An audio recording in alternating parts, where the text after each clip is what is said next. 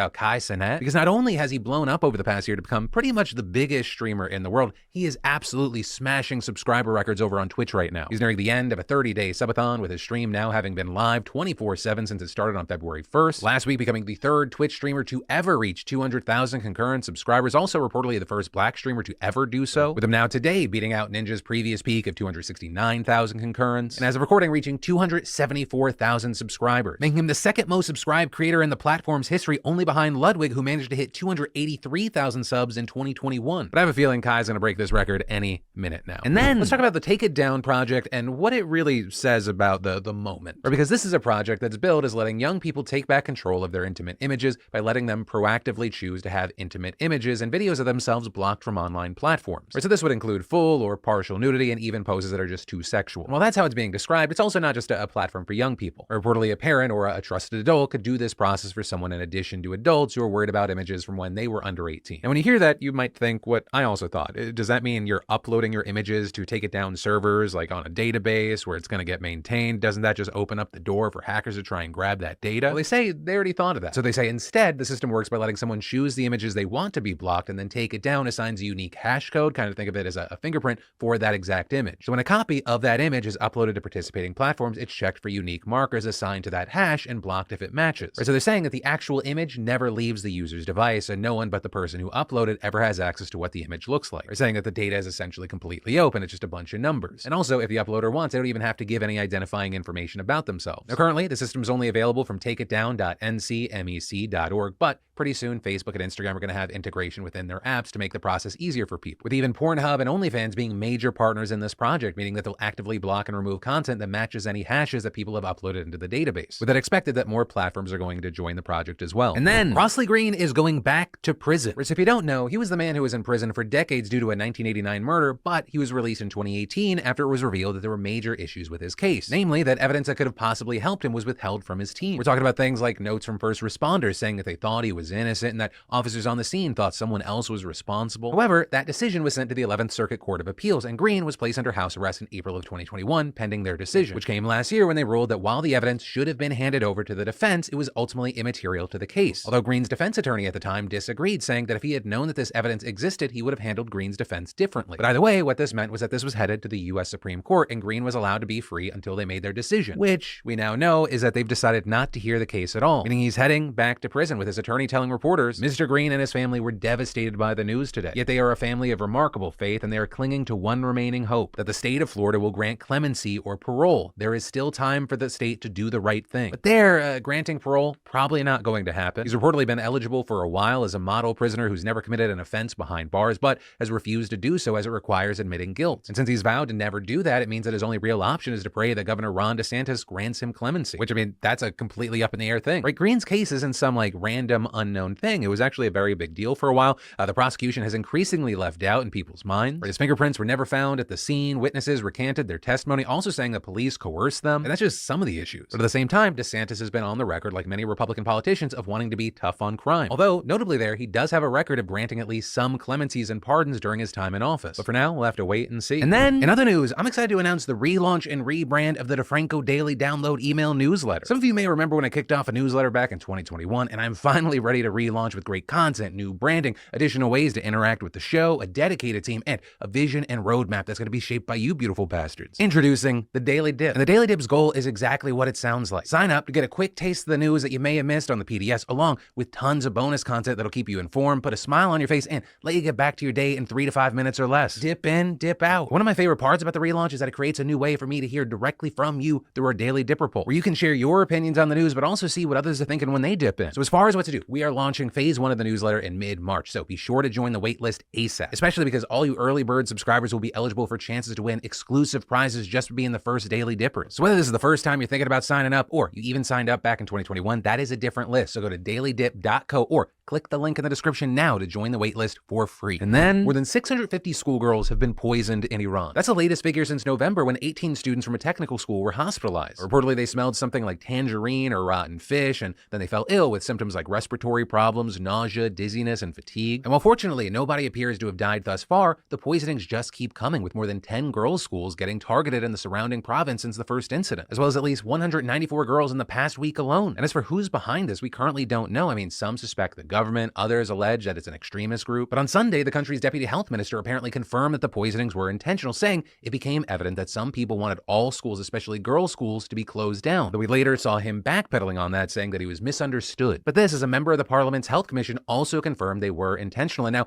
the government says that they're investigating the incidents. And in the meantime, several schools have shuttered, and for those that haven't, girls are just refusing to return, with one teacher, for example, saying out of 250 students, only 50 attended classes. And the response to this has been utter frustration, with parents protesting outside of the governor's office in the city, where most of these cases are being reported, with one father shouting, "I have two daughters, and all I can do is not let them go to school." And another woman adding, "This is war. They want girls to stay at home." And a key thing with all this is coming as protests over the killing of Mahsa Amini last September still rock the country, with one human rights group counting over 20,000 arrests and at least 500 deaths. But the protests there have become more rare in recent weeks. And that's in no small part because of repression, right, the crackdown from the government, but also because people are more worried right now about their livelihoods rather than political activism, right? Because the economy there continues to crumble, with inflation at 53% last month, up from 41% 2 years ago. And the local currency is rapidly losing value, plummeting to a record low on Sunday, leading people to line up outside of exchange offices to grab as many dollars as they can before their life savings evaporate. With a lot of these problems, unfortunately, made even worse by the crippling sanctions gripping the country, which have yet to ease since talks to revive the nuclear deal have stalled for months, with Iran having now enriched enough uranium for several atomic weapons should it choose to develop them, according to the UN's nuclear watchdog. And then, this is one of the worst accidental tragedies Europe has seen in a while now. It's believed that 4 days ago, a boat carrying up to 200 people departed from Turkey, seeking to unload near a seaside Italian resort. But this boat, while traveling through stormy seas in the black of night, crashed into some rocks and broke apart while trying to land. So it sank, with many passengers swimming safely to shore, but also dozens more washing up dead alongside debris. The disaster killing a confirmed 63 people so far, though some fear that number could rise to 100, with among the dead at least 12 children. And as of recording, the Coast Guard has rescued 80 survivors, also arresting 3 they believe to be human traffickers. The bodies of those who died being blessed by a priest before being removed. The survivors also given blankets on the beach before being sheltered. But the trauma wrought from this is immeasurable. You've got families crying out for one another, parents screaming for their children, a man whose wife and 3 children died holding on to his only surviving son. And with all of this, one rescue worker saying, "It reminds us all that the Mediterranean is a giant mass grave with tens of thousands of souls in it, and it continues to widen." Because while over 105,000 migrants have successfully crossed the sea into Italy last year, some 1,300 are dead or missing. And as believed in 2023, 12,000 have already made the journey, with them usually fleeing from poverty, violence, and instability in third world countries to the east. In this case, coming from Afghanistan, Pakistan, Somalia, Syria, Iraq, and Iran, according to media reports. And as far as the response we've seen, you had recently elected Prime Minister Giorgia Meloni, the far-right leader of what some call Italy's neo-fascist party, saying the only solution is to stop migrant boat departures and blaming the human traffickers who organize them. But also, connected to this, her government passed a decree last week that requires charity ships to return to port immediately after a rescue. So unlike before, where they would spend several days at a time out in the open water completing rescues before coming back. And any captain that disobeys because they're trying to save lives, they risk fines of up to $53,000 as well as their vessel getting impounded. And in fact, we're already seeing that happening. A few days ago, authorities detained and fined a ship from Doctors Without Borders. And then, if you've watched my show for a while, you know that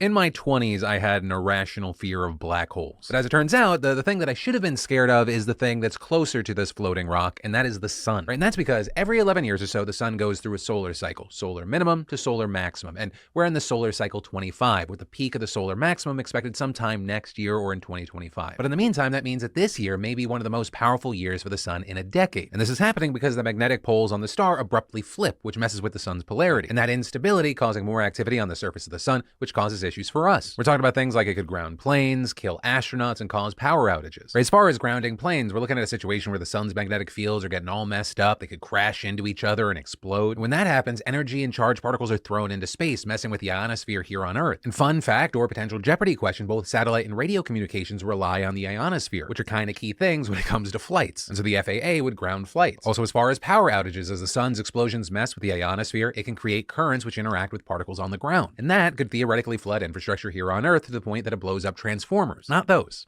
those. Though notably, it would have to be an absolutely massive geomagnetic storm hitting Earth to put multiple transformers out of commission. And then as far as the killing astronauts, I think that's just that, I feel like that's the most straightforward one. Right? I mean, I'm going to give you the specifics, but I think you can fill in the blanks. You're like, yeah, sun explosions, probably bad to be out there. Right? But the sun, it lets off radioactive material that people here on Earth are mostly protected from thanks to the atmosphere. But hey, not all doom and gloom. As the sun becomes more active, like we talked about, it interacts with the ionosphere, and that's what causes auroras like the northern lights. And so when the geomagnetic storms hit Earth's ionosphere, the auroras become brighter and larger. So the auroras actually end up being visible further south than expected. Some even reportedly visible in the southern UK over the weekend. And ultimately, for me, this situation feels like the sun is my